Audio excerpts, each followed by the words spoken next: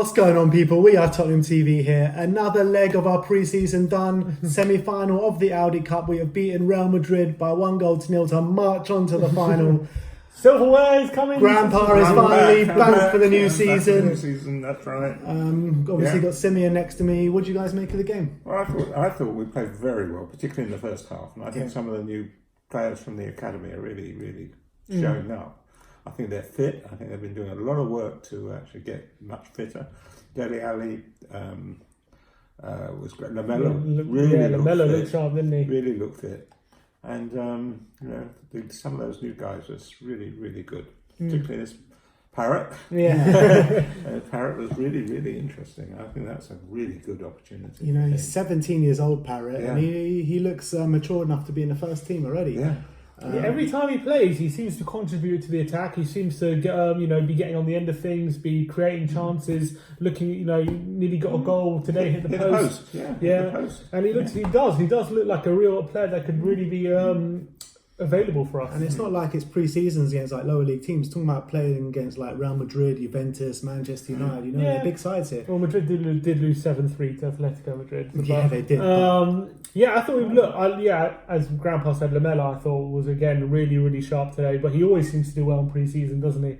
So let's see if he can stay fit for a whole season. That's the thing. Yeah. And Nkudu was he looked alright when he came on as well, didn't he? I'm not sure why he's still there. It says it all that he's still in the squad, doesn't it? Yeah, him and Giorgio, I'm not really sure why they're both there. But look, I think it was a good game today. Like Grandpa said, I thought we played really well in that first half. Fitness levels seemed to be really up there. Yeah. And Harry Kane, I think, really looks the sharpest of them all, to be honest. Nice finish for him, wasn't it? We had 10 shots on goal and they only had 1. Yeah.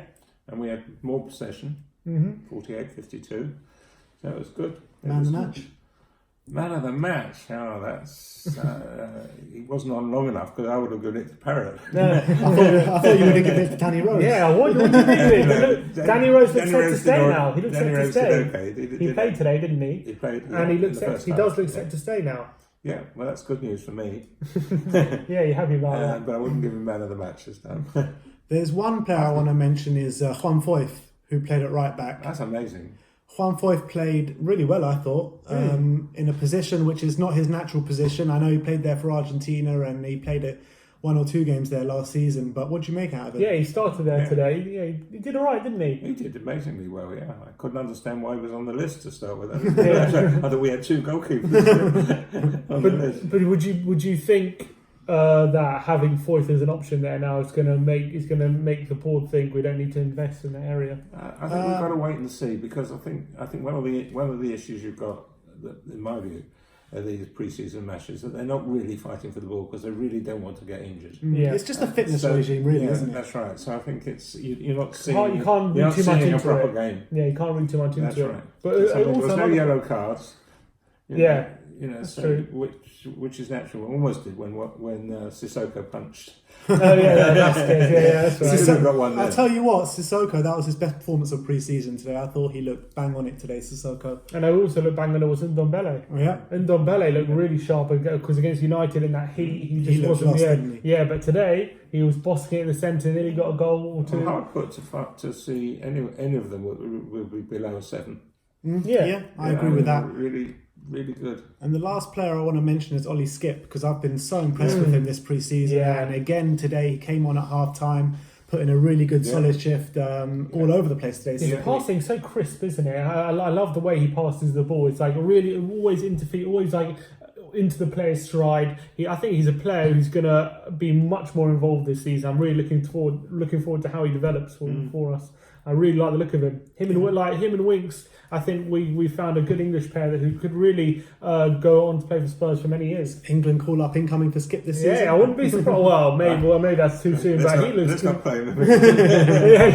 But he looks good. That's one of the problems when you've got a smallish squad, isn't it? When they play for England, we lose so many of our best players go off to England and then come back and they're a bit tired, which is really what happened at the end of the season. Yeah. Do you think Poch was maybe sending a message with Rose starting, Toby starting, and Eriksen starting today?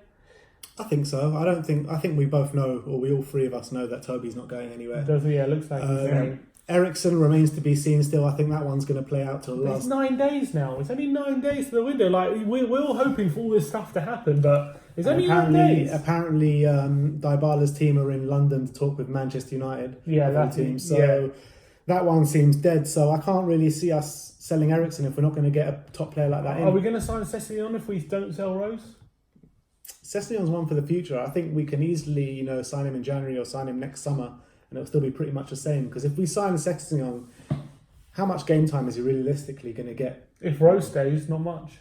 And for me, Sessegnon's more of a left winger than a left back anyway.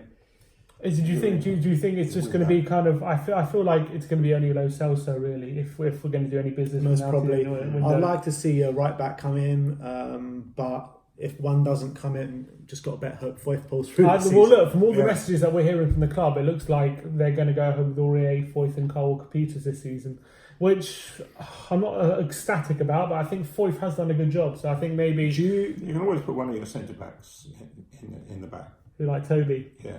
They've done it before. Yeah, Vertonghen played there Yeah. left back, against Dortmund. He had a That's right. stunning game. But look, are we going into the season with a weaker squad than last season? No. I don't. You don't think so? I don't think so. I don't No, think so. I don't think And so. I think you've got your powerful players, Son and Kane, who work really well together. And if Eriksen stays, I think that's really important because him and Ali are a wonderful partnership. They know where each other is all the time. And I think that's one of the strengths. And then the new players coming on are just going to add to the strengths that we've got. So. Yeah, I don't think you can underestimate the importance of bringing in Ndombele so far. Look, obviously there's a lot still to happen from now to the window, but obviously if we lose Rhodes and don't replace him, then maybe you could argue that. But I think having Foyth and Aurier there, you could argue is maybe a bit weaker than Trippier and Aurier. But I think overall, you've got Ndombele coming in. I think Parrott coming in maybe as a sub-striker could negate the need for Llorente. Lo Celso as well. And if we get someone like Lo Celso, I don't think we're weaker. I think we're stronger. I really think we're stronger. I just worry about the fullbacks positions. Yeah, I think everyone apart from worries that, about I think we're pretty strong. I worry about the fullback positions, but if Rose does stay and then Foyth can develop as he's looking like he might be able to, then maybe we're getting worried, too worried. That we don't need to worry as I much. think the most impressive thing today, because I didn't watch the other two matches, was the fitness. I thought they were all a yard faster than they were at the end of last season. Yeah. And that's the most important thing about pre-season. So, all right, good win for Spurs. All right, Yeah, so there you have it. Tottenham march on to the final of the Audi Cup. Tomorrow. Where tomorrow we'll be playing either Bayern Munich or Fenerbahce, but unfortunately we will not be covering that for you, as we will be in Enfield for the under-23 game. Tottenham under-23s against Enfield. So check out all the content surrounding that. We'll have some fan cams for you. We'll have a match review for you and all that stuff, and then the day after we'll have a very special interview with Sir Deadly King for you guys. So check out, keep your eyes posted for that content, like, subscribe and comment, and as always, Come on, you Spurs.